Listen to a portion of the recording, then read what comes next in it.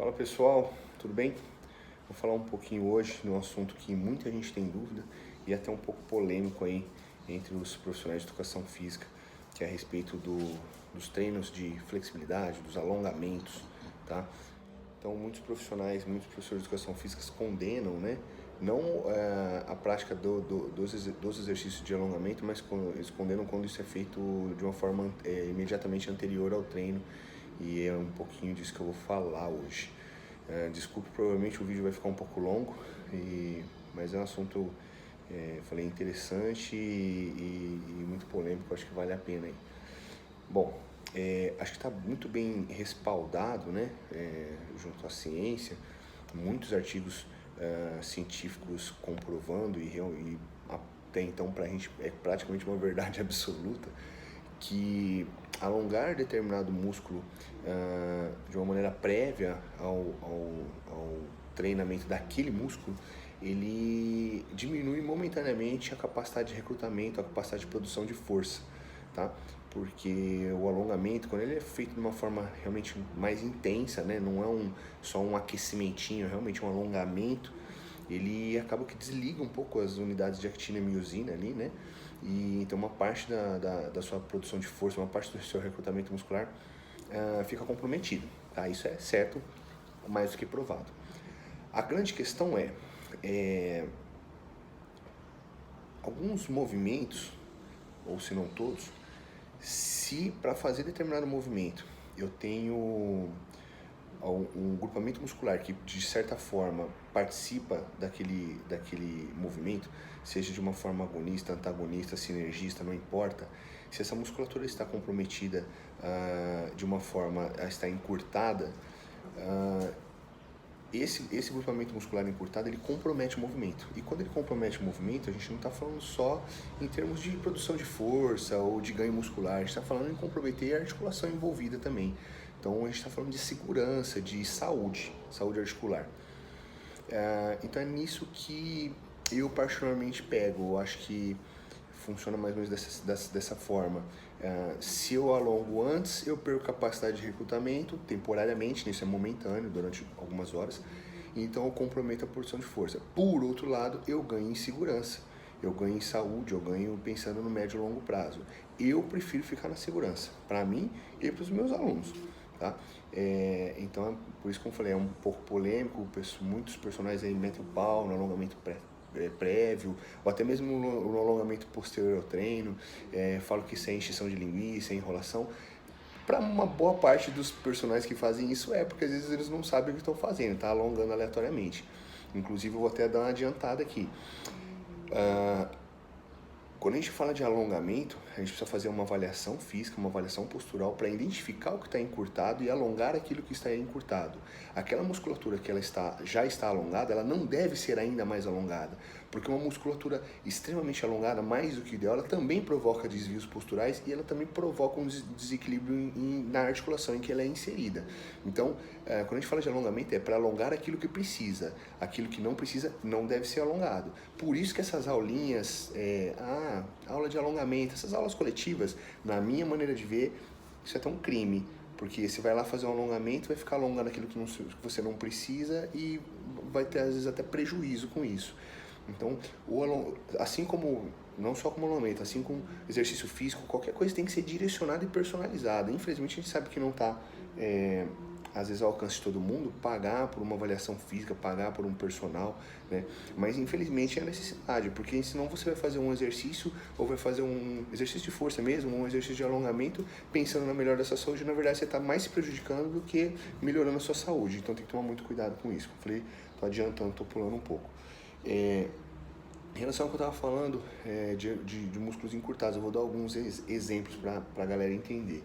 É uma coisa que é bem básica aí, bem básica, assim, bem comum, né? Não básica, bem comum, acontece muito, eu vejo isso no dia a dia, todos os dias, o movimento de agachamento.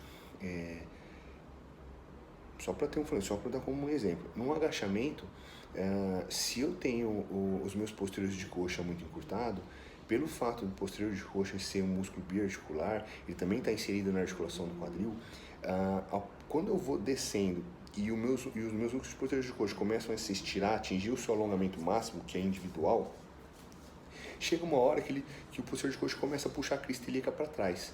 É onde começa a entrar a retroversão de quadril. E a gente sabe, ou a maior parte dos profissionais deveriam saber, que um quadril que, apesar de retroversão ser um movimento natural do ser humano, quando a gente faz um agachamento, o quadril começa a retroverter e a gente tem sobrecarga axial. O que é sobrecarga axial? Sobrecarga no eixo da coluna.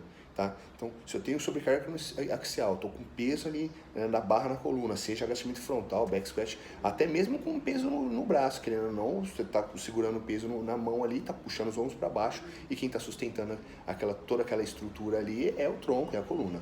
Então, quando eu tenho sobrecarga axial, eu começo a fazer a retroversão de quadril, eu começo a ter uma compressão na parte anterior dos discos intervertebrais. Então esse momento de retroversão no agachamento, ele é lesivo, tá? Pode fazer agachamento a vida inteira desse jeito e não acontecer nada, mas existe sempre uma chance de acontecer de uma hérnia de disco ou alguma coisa do tipo, tá? Então a gente deve evitar essa retroversão. Então eu falei, um dos motivos de acontecer uma retroversão antes da hora, porque de uma maneira ou de outra, uma hora isso vai acontecer, mesmo que tenha muita flexibilidade. Só que quem tem muita flexibilidade precisaria descer muito, dar muita amplitude, abaixar muito o quadril para chegar nessa retroversão. Num agachamento legalzinho, bem feito, onde o joelho, né, a gente fala de quebrar paralela, o quadril chega na altura do joelho, ou a gente tem uma flexão ali de 80 graus, 70 graus ali de joelho, que é um agachamento bacana, essa retroversão não deve acontecer. Mas se o meu posterior de coxa é muito encurtado, isso tende a acontecer. Um outro fator, quando eu tenho o glúteo médio e mínimo também muito encurtado, também costuma gerar uma retroversão de quadril de uma maneira antecipada, de uma maneira precoce, tá? Muitas vezes um glúteo médio mínimo encurtado, ele não permite um bom afastamento de joelho, isso durante o agachamento, tá? A gente está falando, quando eu consigo fazer um bom afastamento de joelho, eu coloco a articulação do quadril ali numa posição mais favorável para que eu consiga trabalhar o agachamento em mais amplitude. Só que se eu não tiver essa flexibilidade, essa elasticidade, né, de glúteo médio mínimo, eu não consigo fazer afastamento dos joelhos, entre os joelhos. Tá? Por isso é importante, na minha maneira de ver, trabalhar os alongamentos. Ah, André, tudo bem, mas eu posso fazer esses alongamentos aí em outro horário, eu posso treinar musculação de manhã e fazer alongamento à noite, ou se eu vou treinar braço, eu faço alongamento de perna, se eu for treinar perna, eu não alongo. Pode, isso na verdade seria até o ideal.